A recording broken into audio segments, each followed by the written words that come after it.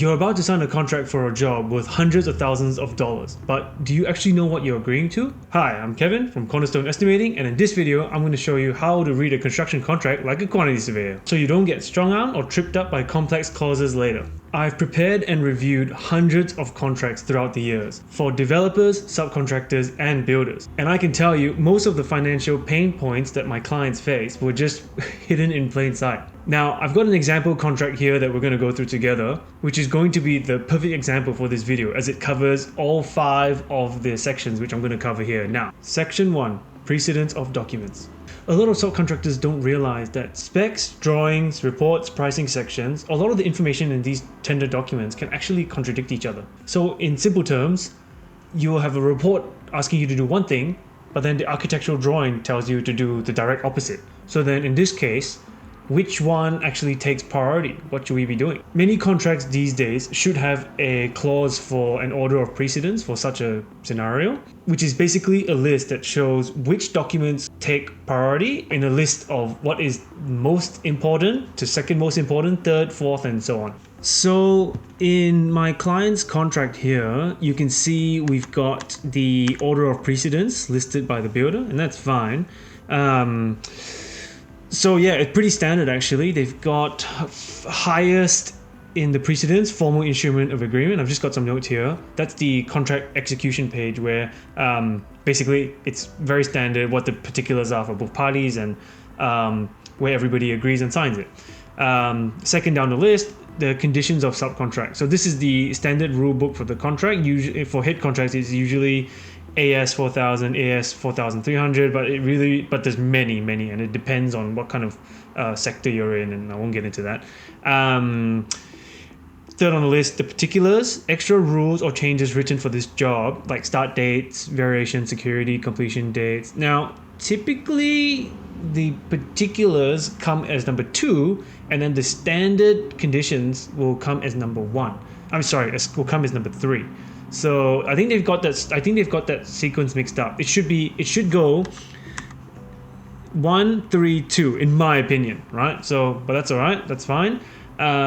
Fourth one, the scope of works, and this is the heart of your contract. And it lists exactly what you're meant to do, right? And if it's unclear or if it's spread across multiple documents, it can lead to disputes. And then therefore, and then we have the rest of the items. Tender review form, which is just a tender interview form, program, payment claim breakdown, etc.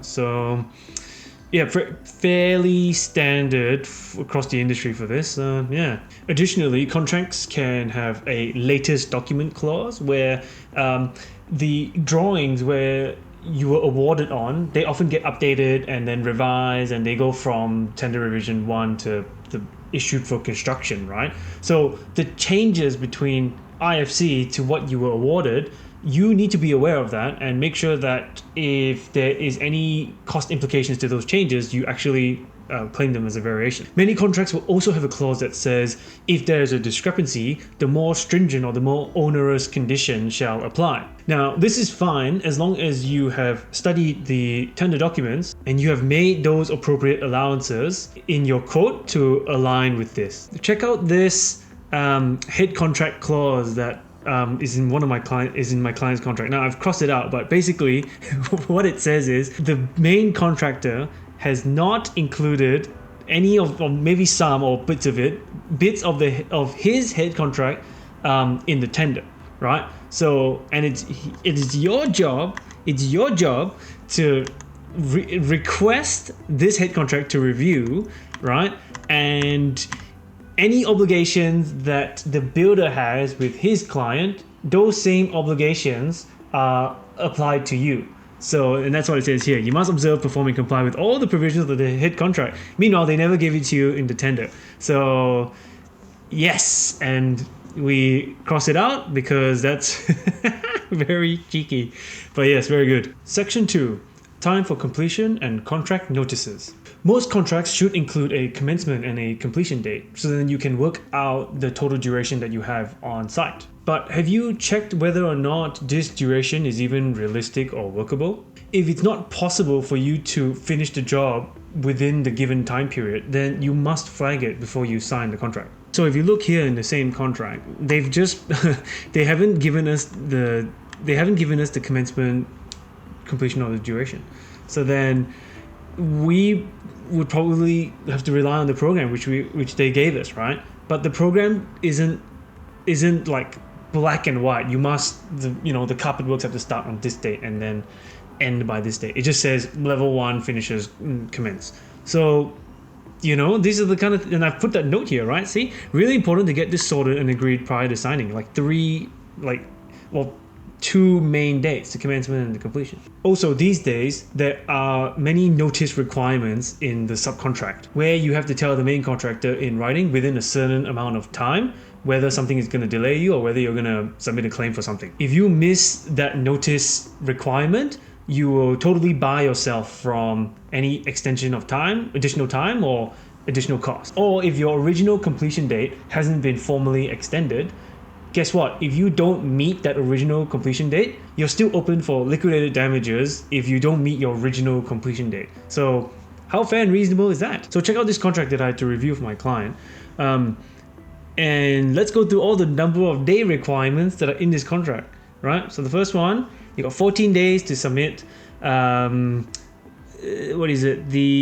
balance of the security, 14 days to submit that, cool.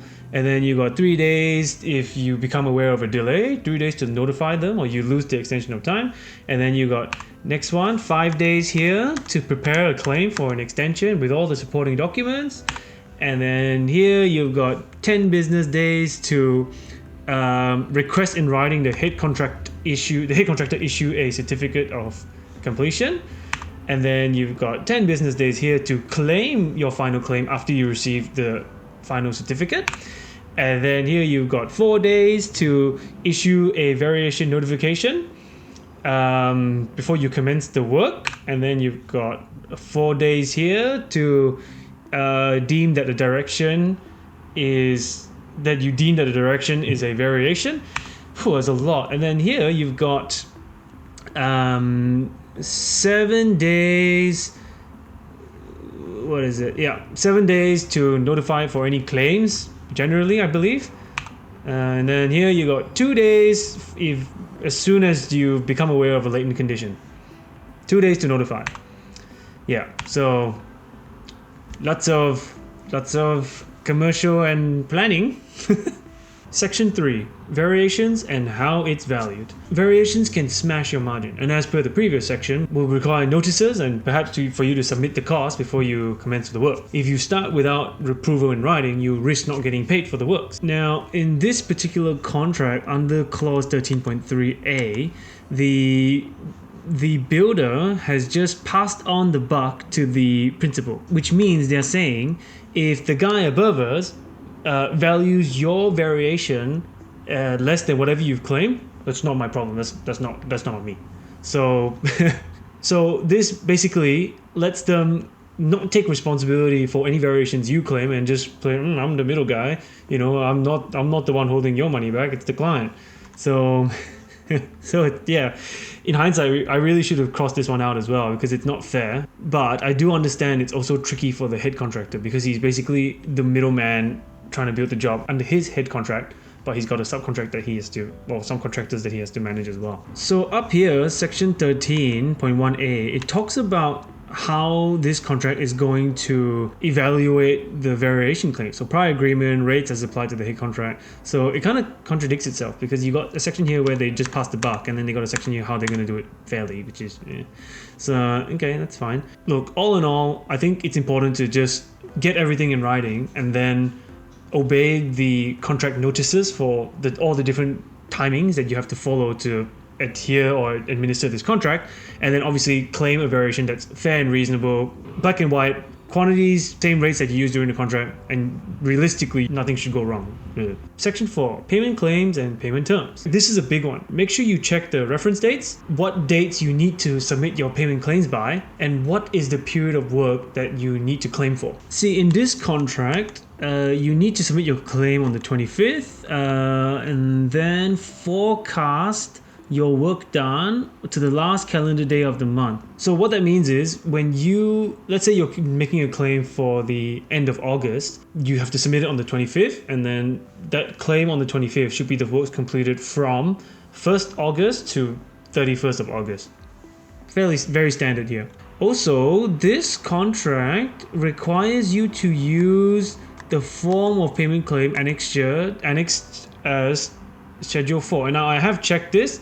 It's actually just a very basic template, and they just want you to break down your claim so that it's not just a lump sum and you have a percentage next to the lump sum, but you actually have like 8 different areas that you're claiming for, and how that relates back to your subcontract. So again, not that crazy. It's actually all right. Hey, if you need an Excel payment claim template, drop me an email and I'll send you the copy that I use for my clients for free. So yeah. Another cool thing you could do is that you can actually table all the months that you'll actually be on site, and then put payment due dates against each of those months. So on screen, I've got this spreadsheet that I've just redacted all the different particulars, right? But you can see that he's going to be on site for 6 months, and then these are the due date for each of the payments relative to the month. So the payment terms for this particular contract was first Friday after 45 days from the end of the month. So I just have a formula here, B6 plus 45 plus 5, and then it changes to plus 3, and then plus 7, and then plus 4, because it always has to be paid on the next Friday, right?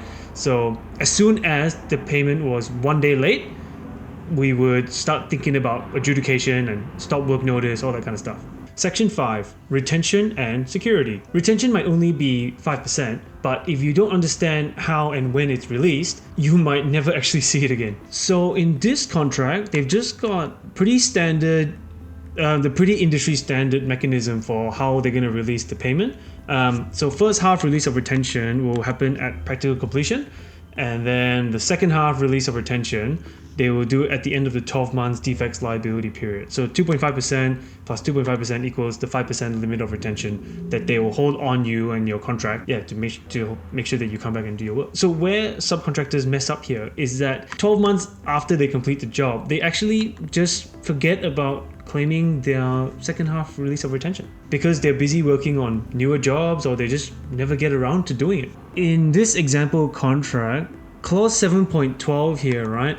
They've got where it basically says if you don't claim the final certificate, they can issue you a final certificate for $0. This means that they can wipe out any money that they owe you, including any unclaimed variation, disputes, or even your second half retention. So it's a good thing we crossed this one out. For fun, I asked ChatGPT what are some likely stats regarding how often trades get paid their second half release of retention, and it basically says maybe about 50%, up to 50% of all trades just don't get paid their second half retention. And some of the potential reasons being like poor contract admin, they don't want to rock the boat, or because they still have defects but they didn't come back to do the defects, that sort of thing, so they just surrender their retention, or the builder or the developer goes into liquidation so they no longer exist, or there's some kind of claim procedure in the contract where they're supposed to do a notice for when they want to claim their second half retention and they just miss the timing on that and they just forfeit their right under the contract. So, and this contract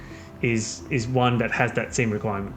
So those are the top 5 clauses that I always look out for as a quantity surveyor, and these are the parts of the contract that can save you thousands and a lot of headaches if you understand them before you sign. If you need help reviewing your contracts or making sure that your payment claims are compliant, reach out to us at cornerstoneestimating.com.au in the description box below. I help people like you to protect your cash flow and avoid costly, unfair clauses and traps. Like and subscribe if you like this content, and if you want to see more commercial and contract subjects, and we'll see you in the next video. Bye for now.